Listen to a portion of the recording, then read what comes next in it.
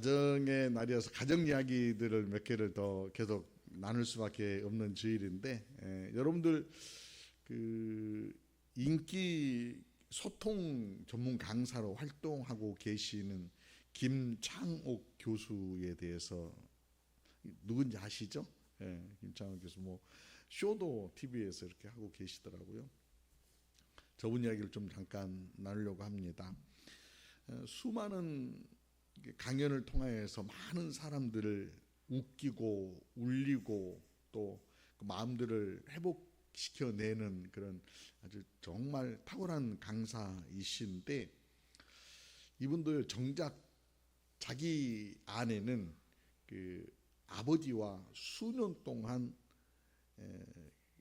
해결하지 못한 묵은 그런 감정들이 있어서 그 마음을 가지고 살아셨다고 얘기를 해요. 김창욱 교수의 아버지는 어릴 적에 이렇게 중이염을 앓아서 그 청각장애, 듣지 못하시는 그런 장애를 갖게 되시는데, 그래서 교수님 생각할 때마다 아버지는 자기의 기억 속에서 어떻게 기억되냐면은 늘 침묵하시는 아버지. 그러니까 뭐 이제 장애로 인해서 말씀을 잘 못 들으니까 말을 좀 잘 못하실 수 있잖아요.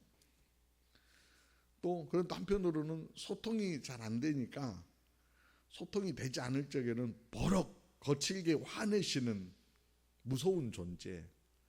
그래서 어릴 때에 뭐 과거 뭐 이렇게 아이들 이렇게 부모님들이 혼내는 방식들이 있었잖아요. 뭐 사랑의 매로 또는 또 욱하면은 뭐 주먹이 나가곤 그랬던 기억들 때문에 김창욱 교수는 아버지는 나를 사랑하지 않는다, 이게 마음속에 늘 있었다는 거예요. 그러다 보니까 뭐 어른이 되고 성인이 됐는데도 아버지하고 이렇게 뭐 친밀한 어떤 그리운 어떤 관계가 아니라 그저 무덤덤한 아버지는 아버지 나는 나, 이렇게 살았고요. 또 표현에 의하면은 할 수만 있으면은 피하고 싶은 존재, 만나고 싶지 않은 그런 분, 이렇게 살으셨다는 거예요. 그러던 어느 날 제주에서 전화가 한 통이 왔어요. 아버지가 사시는 제주의 한 치과에서 전화가 왔는데, 아버지가 치과 진료를 받으시는데 치료비 이제 결제를 해야 되는데 아버지가 막내 아들 전화번호를 알려줬다는 거예요. 그래서 아들한테 해결하라고. 굉장히 갑작스러운 상황이었지만은 아들로 살 수 있는 뭐 당시 뭐 일이었으니까 계좌번호 알려달라고 해서 먼저 치료비를 송금하겠다라고 전화를 끊으려고 그러는데 간호사가 잠깐만요, 아버지가 전화를 바꿔달라고 그러네요 라고 그러더라는 거예요. 아버지하고 전화를 통화해 본 적이 없어요, 김창욱 교수는.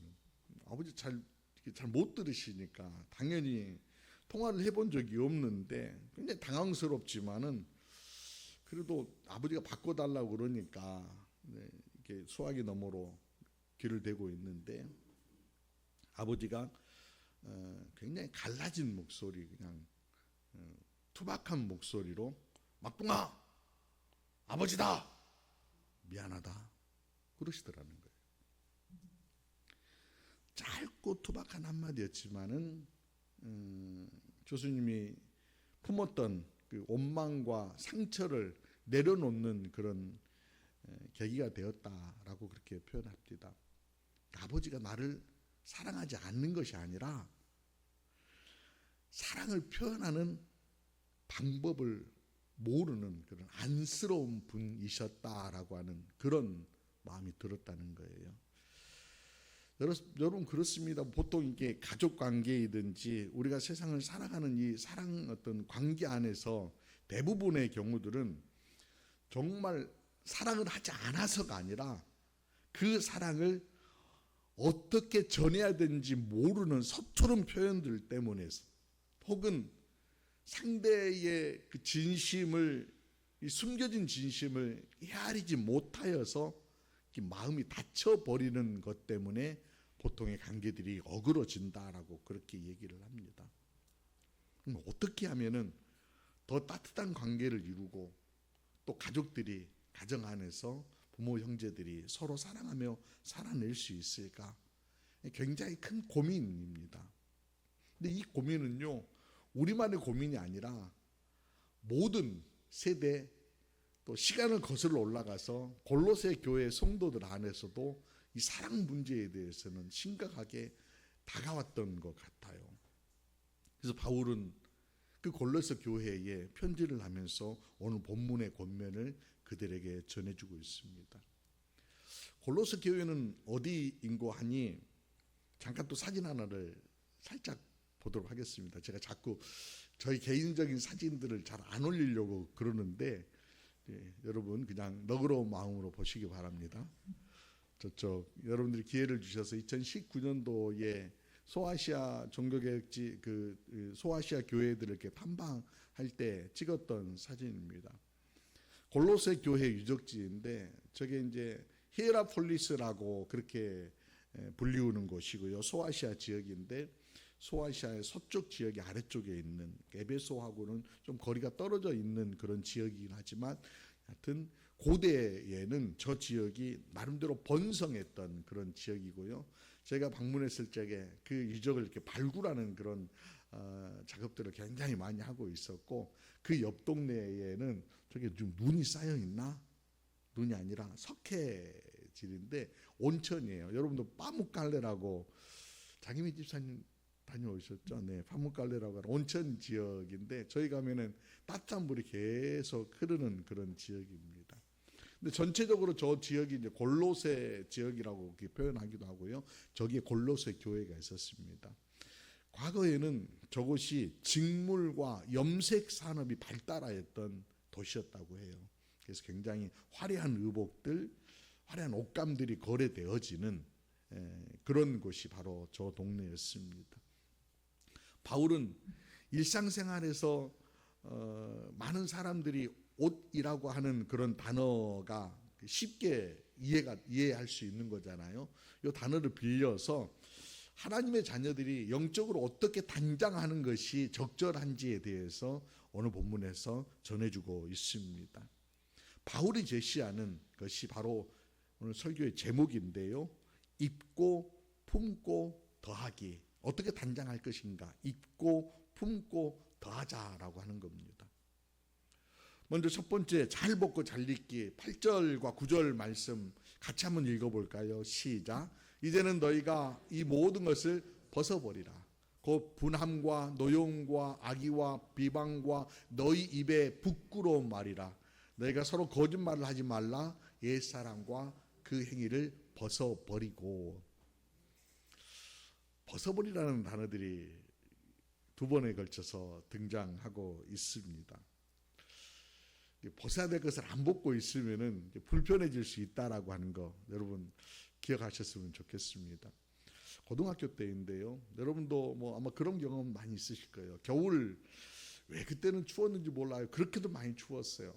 추운 날 체육 시간에 보통 체육복을 갈아입고 나와서 그 추운 운동장에서 뭐 운동들을 하잖아요. 춥기도 춥고 옷 갈아입는 것이 번거로우니까 저는 그랬는데 여러분은 어떠셨나 몰라요. 보통 옷 다 안 벗고요. 위에다가 체육복을 걸쳐 입는 거예요. 그러니까 껴입는 거죠. 껴입는 거. 그러니까 안에 이제 일상복을 안 벗고 그냥 외투만 벗어 번지고 그 안에다가 끼워 입어서 체육복을 입으면은 내복에 바지에 체육복 이런 얼마나 두툼합니까? 근육질도 아닌데 말이에요. 근육질도 아닌데 마치 근육질인 것처럼 든든해 보이지만은 결국에는 체육 시간에 제대로 운동하지 못합니다. 뛸 수도 없죠. 그렇게 옷을 껴입으니까. 새 옷 입기 전에는 반드시 이전 옷은 벗는 것이 중요합니다. 바울도 새 사람 된 여러분, 택함 받아서 하나님 백성 된 여러분, 이제 옛 것들은 벗어버리십시오라고 얘기를 합니다. 하나님의 마음에 합하고 옛 사람을 잘 벗은 분 한 분이 계십니다. 바로 다윗입니다. 다윗은 뭐 그 외에도 옷 벗기를 참 잘하는 그런 분이라고 이렇게 얘기할 수도 있을 텐데 여하튼 옛 습성들을 잘 벗었던 사람입니다. 아들 압살롬의 반란으로요 쫓겨 도망하던 날 사울의 집안 사람 하나 시므이라고 하는 사람이 그 도망가는 다윗을 향하여서 아주 입에 담을 수 없는 못된 말로 비방을 합니다. 왕이 곁에 서 있었던 아비새라고 하는 장군이 분노하여서 왕이시여 제가 단번에 그를 베버리겠습니다 라고 합니다. 근데 다윗이요 그를 말리면서 이렇게 얘기합니다. 하나님께서 그에게 나를 저주하라 한 것일지도 모른다. 두어라 라고 얘기합니다. 여러분 자존심 지키려고 하는 얄팍한 분노를 앞세웠다고 하면은 당장에 지금 저 시므이라고 하는 사람을 제거하는 것이 맞습니다. 그런데 다윗은요 하나님의 주권을 온전히 신뢰하는 사람으로 옛사람의 옷을 벗어버렸기 때문에 자기의 분노를요 삭히고 분함을 삭히고 노여움을 삭히고 내려놓을 수 있었다라고 하는 겁니다.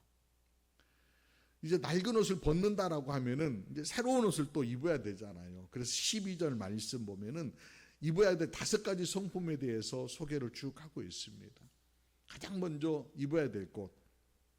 여러분 옷 입는 순서들을 생각하시면 적절할 것 같아요. 저는 겸손이라고 하는 속옷을 입어야 합니다. 속옷이라고 하는 것이 남의 눈에 잘 띄지는 않지만은 모든 옷의 어떤 기본이 되는 것처럼 겸손이라고 하는 것이 겉으로 잘 드러나지 않지만은 모든 은혜의 뿌리가 되는 것이다라고 우리가 나누었던 말씀입니다. 모든 은혜의 뿌리가 되는 겸손의 부드러운 속옷을 입을 필요가 있습니다. 이 속옷은 겉옷감의 까칠함을 막아주는 아주 부드러운 안감입니다. 안감. 그 위에다가 온유와 오래 참음이라고 하는 든든한 내복을 입으시길 바랍니다. 치열한 일상에서 감정의 칼바람들이 막 불어올 때 그래도 이걸 막아주는 이게 물론 겉옷들도 있지만은 내복을 입으면 굉장히 든든합니다. 그래서 온유라고 하는 내복을 입으면은 칼바람이 몰려온다 하더라도 그 바람을 약간 막아주는 필터 역할을 해줄 것입니다. 우리가 조급함 때문에 많은 실수들을 하는 연약한 본성을 가지고 있는데 오래 참음이라고 하는 또 내복을 입으면은 매서운 바람 앞에서도 든든히 버텨설 수 있는 그 힘을 제공해 줄 것입니다. 그래서 내복인 온유와 오래 참음을 입으시길 바랍니다. 다음으로는요 자비입니다. 자비의 저고리를 걸쳤으면 좋겠습니다. 자비라고 하는 것은요 정성스럽게 짜여진 따뜻한 한마디, 따스한 눈길들, 겉으로 드러나는 거잖아요. 그러니까 말 한마디라도 할 때 따뜻하게, 표현 한 번이라도 눈길을 주더라도 따스함이 담겨져 있는 눈길을 주자는 겁니다. 이게 바로 그리스도인들의 품위입니다. 상대가 나를 인정해 주든 안 하든 상관없습니다. 내가 그리함으로 상대와의 관계에서 안정감을, 텐션을 유지할 수 있을 것입니다. 그리고 나의 따뜻한 마음을 전달할 수 있을 것입니다. 자비의 저고리입니다. 마지막으로는요 긍휼입니다. 긍휼을 저는 두루마리라고 그렇게 생각해 보았습니다. 두루마리는 덮는 겁니다. 모든 것들을 덮는 겁니다. 근데 여러분 긍휼을 얘기할 적에 동정과 긍휼은 좀 구별했으면 좋겠습니다. 혹 길에 가다가 누군가 넘어졌습니다. 그럼 여러분 어떻게 바라보십니까? 아유 안 됐다, 안타깝다, 이 마음 드실 것입니다. 이거 동정입니다. 동정. 그럼 만약에 내 아이가, 내 손주가 넘어졌다고 하면 그때는 어떻게 반응하십니까? 단순한 안타까움이 아니라 내 일이고 정말 찢어지는 어떤 마음으로 후다닥 달려가서 아이를 안고 아이의 어떤 상태들을 볼 것입니다. 이게 바로 긍휼입니다. 긍휼이라고 하는 것은 남이 아니다, 내 것이다라고 하는, 나와 관계되어져 있는 내 부모이고 내 자녀이고 내 손주이다라고 하는 그런 마음으로 바라보는 마음입니다. 바로 그 긍휼의 마음들을 품고 있을 적에 덮어줌이 가능하다는 겁니다. 허물을 덮어주고요, 또 연약함을 덮어주고요, 부족함을 감추어주는 역할들을 할 수 있다는 겁니다.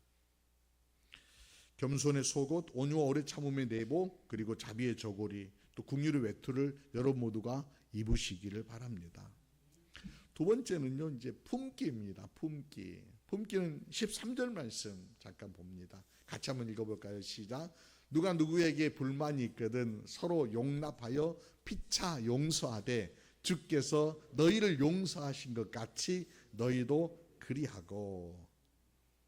그러니까 용납과 용서를 저는 품기라고 그렇게 표현해 보았습니다. 불편한 감정들을 품고 있으면은 마음의 여백이 사라집니다. 여백이 사라지면은요, 여유가 없어집니다.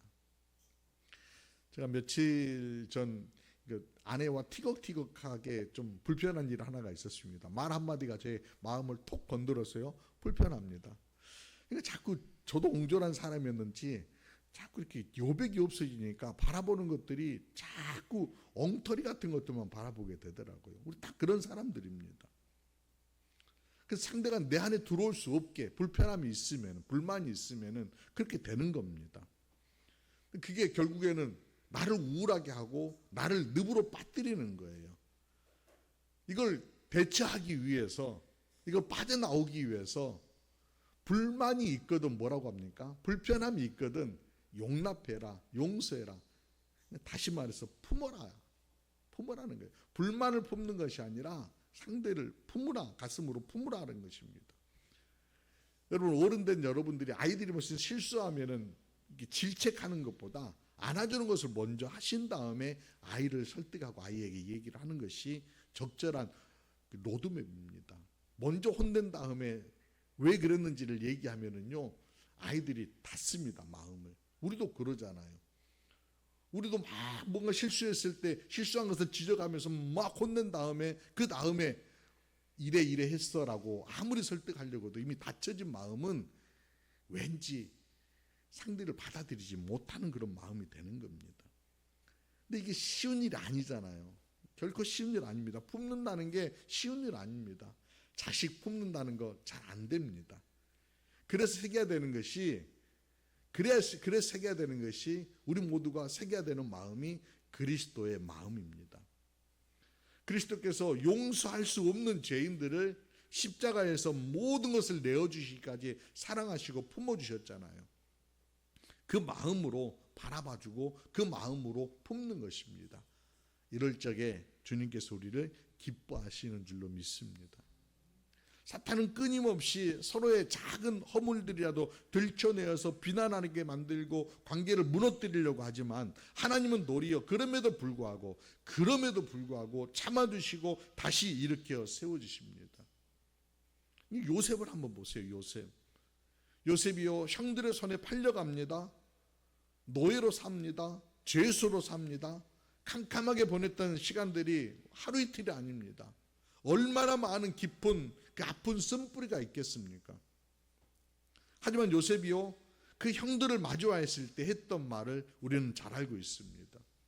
창세기 45장 8절 말씀 같이 한번 봅니다. 시작. 그런즉 나를 이리로 보낸 이는 당신들이 아니요 하나님이시라. 하나님이 나를 바로에게 아버지로 삼으시고 그 온 집의 주로 삼으시며 애굽 온 땅의 통치자로 삼으셨나이다. 아멘. 요셉은 자신의 아픈 과거를 하나님의 선하신 섭리 안에서 이루어진 것이다라고 해석하고 있습니다.